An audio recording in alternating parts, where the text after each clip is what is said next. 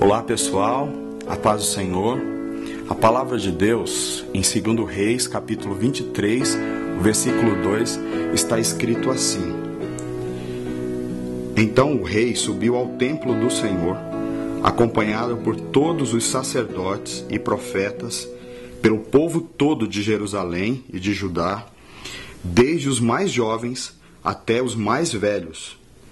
O rei leu em alta voz todas as palavras do livro da aliança que tinha sido achado no templo do Senhor. Quando Josias começou a reinar, o povo de Judá vivia em terrível decadência moral e espiritual. Sabe por quê? Porque os líderes que o antecederam, por descuido e desprezo, haviam perdido a única Bíblia que existia naquela época, chamada de o Livro da Lei. Por isso, a escola bíblica daquela época deixou de funcionar. O povo já não recebia nenhuma orientação da palavra de Deus, nenhum ensino bíblico. Imagine só, o povo de Deus sem Bíblia. Isso é algo muito perigoso. Isso levou o povo de Judá a se afastar de Deus, a abandonar o templo e a praticar todo tipo de pecado, de crueldade, perversidade naquele tempo. Chegaram ao ponto de adorar outros deuses e até mesmo sacrificar seus próprios filhos a eles. As palavras de Deus que foram ditas pelo profeta Oséias se encaixam bem nesse contexto, quando ele dizia: o meu povo está sendo destruído por falta de conhecimento. Por outro lado, Josias era um bom rei, era temente a Deus, e ao assumir o trono, uma das suas primeiras atitudes foi ordenar uma grande reforma no templo e uma minuciosa limpeza naquele templo abandonado que estava cheio de entulhos e teias de aranha.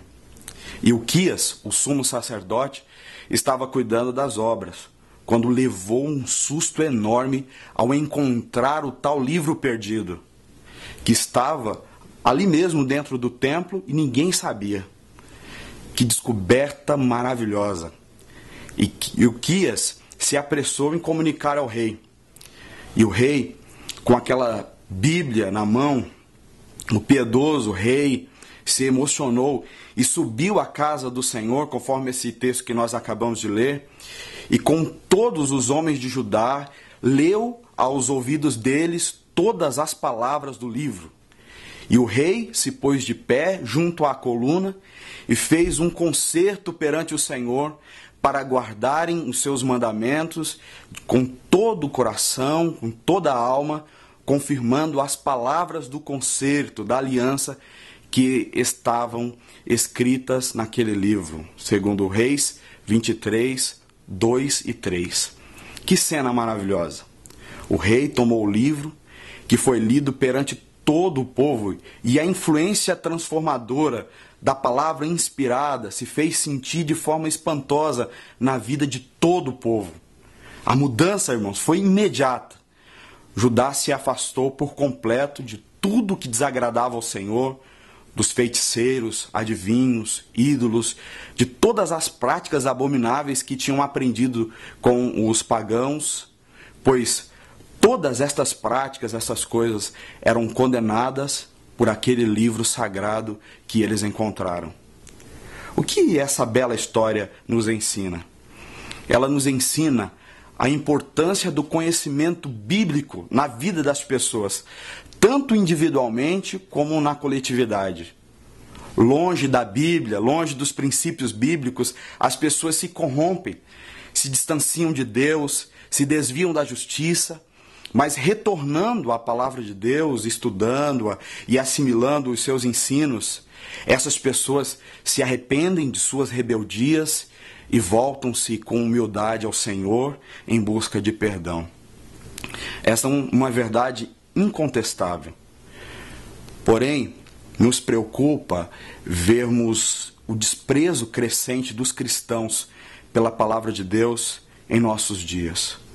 Um dos sintomas mais notáveis é o desinteresse pela escola bíblica. No meio evangélico hoje, há um triste esvaziamento das classes de estudo bíblico.